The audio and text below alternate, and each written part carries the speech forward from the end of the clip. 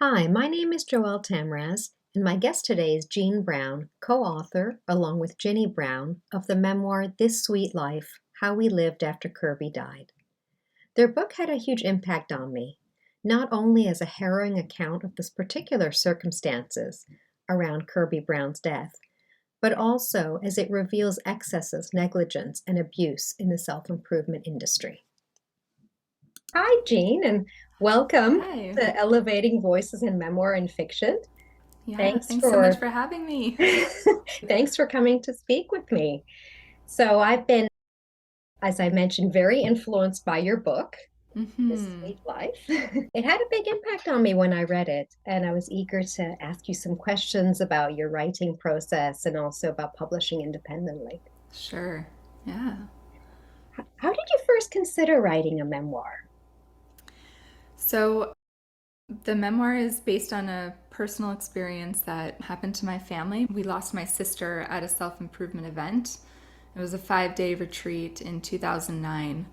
And right away, we knew that we had a story to tell. It was a big news story right after it happened. And for a while, it took many years before we actually wrote the story, but my mom and I, in particular, I'm one of four kids, but I'm the youngest, and my mom and I felt that we really needed to tell this story about what had happened to my sister to kind of warn other people about the potential dangers from it was, a self-improvement retreat. So, yeah. And did you always plan to write it with your mom, or how did that come about? Yeah, I don't know that I always necessarily planned to do it that way, but as we started talking about it a little bit more, we thought that the kind of double perspective would be interesting, especially because a lot of the memoir does go into our grieving process. And my mom is a mental health professional, so we thought that that perspective would be valuable. And just this idea of how everybody experiences grief differently, it impacts people differently, and people deal with it differently. We thought it would be useful to share two perspectives. That was a particularly powerful section of your book. For those who haven't read This Sweet Life, it's arranged in four parts: finding out, the grief, the trial, and then the aftermath, I believe. And Right.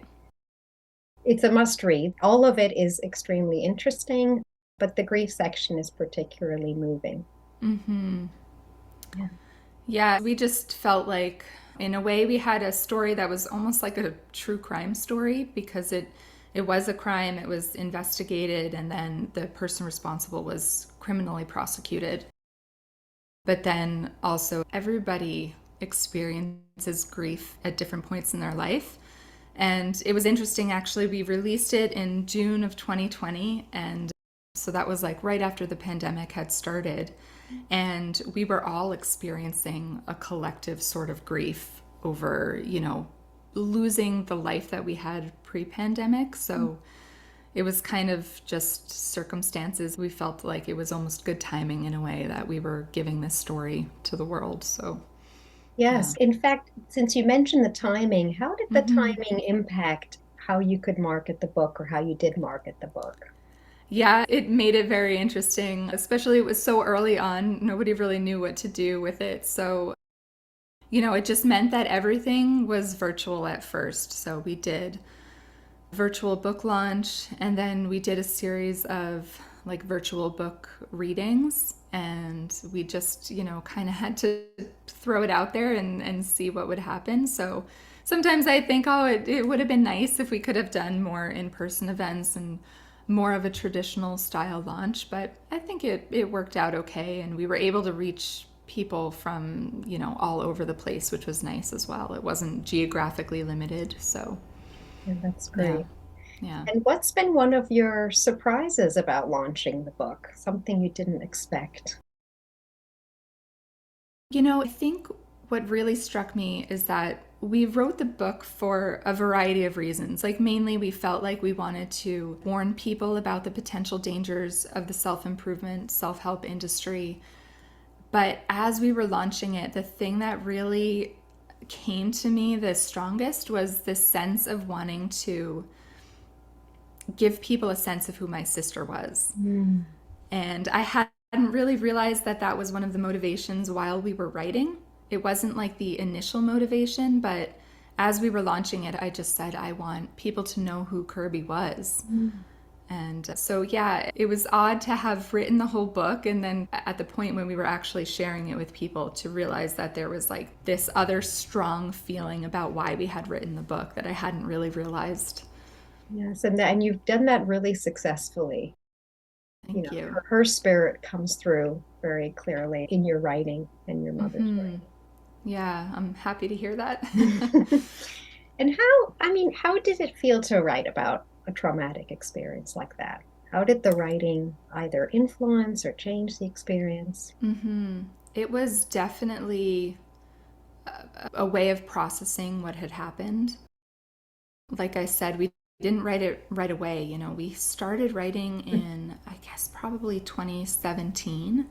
So this was, 8 years after it had happened. And it was hard. Like there were times when it was definitely difficult. I did start seeing a therapist while I was writing. I hadn't even seen a therapist like after my sister had passed. But I realized that the writing process was, bringing up a lot of feelings. It was interesting going back. My mother had actually kept really like a detailed diary throughout the whole experience right after my sister had died. So she had notes to refer back to. I didn't. But in a way it was nice that we were writing together because we met regularly, like weekly actually, while we were writing, to make sure that we were covering all of the incidences and kind of scenes that we wanted to cover, and that we weren't being too repetitive. So we made sure that we were covering all the bases. And it helped me remember things that I had kind of forgotten about, which was interesting. And then, yeah, like I said, it helped me process things. I, had certain memories that had a certain color or flavor to them, just as they sat in my memory. And then when I wrote about them, they changed for me in a way, which I think was good. Yes, Um, that's a fascinating process of writing memoir. yeah, totally. I think it was harder for my mother. Losing a sibling versus losing a child is a very different experience as well. So I know that it was really hard for her. But I think both of us definitely came out feeling like we had done something that was important, both to share with people and also for ourselves. So And how long did it take you to write? I think we had a number of false starts. But when we really, really got into it, I think we probably took about 10 months to do the actual draft. And then we had an editor look it over. And while we were writing, actually, one of my uncles was also helping, one of my mom's brothers. Okay. And he really helped us piece it together because it was hard to figure out how to weave the two different narratives and the two different perspectives. So it was nice to have somebody with a different perspective to help us put that all together. But yeah, I'd say the initial drafting was about 10 months. Did you meet in person when you say you met every week? Was that or on Yeah, I know we would have phone calls. And okay. it was funny too. It was like pre Zoom. Now we're all so comfortable with Zoom and virtual video conferencing. We didn't really have that yet, or we didn't utilize it anyway. So we were just having phone conversations. And yeah, we kept a pretty tight, like once a week schedule. So for myself, I had like 1,000 words per week goal that I was trying to follow. Okay. And that was helpful. And some weeks for whatever reason I would get busy. I have two kids, and it wouldn't happen, and then I'd kind of make up for it the next week. But yeah, it was very helpful for me to have a strict goal like that for myself. So That's yeah. excellent. Hmm. And was the four-part structure something that came to you right away, or did that come out through your editor, or how did that come out that you'd have the four parts? Yeah, I think pretty quickly. on, we knew that the narrative had two main parts to it. So there was everything right after my sister had passed away, when we were kind of gathering information and learning about what had happened. And then we did, the funeral and memorial services. And then there was the trial, which, in terms of our timeline, there was like a pretty clear break between the beginning part of it and then the trial, because the criminal investigation takes time and then all of the legal proceedings take time. So it kind of seemed to just make sense to, overall in the book, follow that as a kind of narrative arc. And then we knew we wanted to write about the grieving, so we decided to kind of keep that separated and use it as a way to kind of give a break from the narrative, because we felt like, in a way, the narrative was a bit overwhelming, because some of it is just so like frustrating or unbelievable what was going on. So yeah, I think that structure emerged pretty organically. And then the fourth part was, it's called the aftermath, and in a way, like, we could write a whole other book of the aftermath of it all. But yeah, we knew that we kind of needed to tack on a little bit more about where we are now and what we did after the trial was over. Yeah. Did you have any fears about publishing such a personal story? I didn't really. I think just the need to tell the story kind of overrode any sense of fears. I think there were probably individual points where I thought, oh, I'm not sure how much of this I want to give away, but no, overall, I think the need to tell the story was more important than any sense of like personal preservation. That's good. That makes sense. Yeah. And when you thought about publishing, did you consider contacting agents, or how did you decide on your publishing path? Yeah, so I did. I did a lot of querying in the beginning, and memoir it's a hard, commercially, it's a difficult field for publishing. It really feels like, unless you have a big platform or unless you're a celebrity or somebody who's already kind of well known, it's hard to get memoirs published traditionally. Yeah. So I did query for a while, and then, at a point we just decided we just want this story to be out there. And we do have, my part of our story is that we created a nonprofit organization that's mostly focused on consumer education. So we knew that we did have that kind of platform already to push the book through. So yeah, we ended up going with kind of like a hybrid publisher who helped us through the publishing process, but essentially it's more self-published than traditionally published. And how long of a gap was there between you finished writing, you were ready to go, queried, and then you published? Oh, Do I you it's hard remember? to remember sometimes. Yeah. I think by the time we had finished editing it, it was probably about 6 months. Yeah. And then we got all of the other pieces of it together for publishing, getting some blurbs and, doing all of the formatting, doing the cover, all of these things. And then we published in June. So yeah, it was probably about 6 months, You were I'd pretty say. much ready to go. Yeah, Yeah. yeah. Yeah, I noticed you got some great advanced praise. How did you line that up? Was it people you knew? Yeah. Some of it was people that we knew, or, people that we had had some contact with. The one I was most excited about probably was, there was a book called Help Me, about a woman who Yes. had, yeah, she had, kind of tried different self-help advice for a year to see if it would kind of turn her life around. And so I reached out to her and I said I thought her book was great, and she responded and gave us a blurb as well. But yeah, most of the people were people that we knew, that we just reached out to, and yeah, people were very accommodating and helpful. That's wonderful. So when you Yeah. reached out to her, did you just send a copy for her to read and then she wrote? Yeah, I guess at that point I didn't, yeah, I think I must have sent her like a PDF version of the book or something that she could look over. Yeah. And I think my advice to anybody is, there were other people we reached out to that we didn't hear back from. But if you don't ask, you'll never get the yes. So it's worth just asking. Like, it feels awkward, but it's always worth just asking.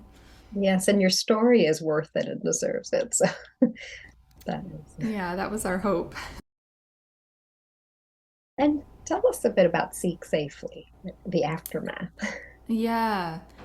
So again, like right after my sister had passed away, we were piecing together what had happened, and we realized that although it was an extreme story, 3 people died at this event that she was at. We saw that there were patterns that were similar throughout the self-improvement industry. And we were like, okay, this wasn't just an isolated incident. This is something that could easily happen to other people.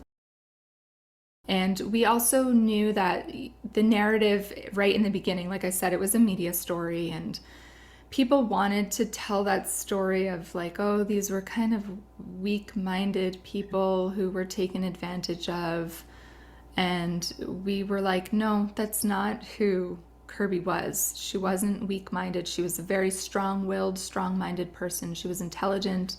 She was driven and motivated. So right away we knew we needed to get a hold on the narrative Mhm. about who these people were and what this event was about.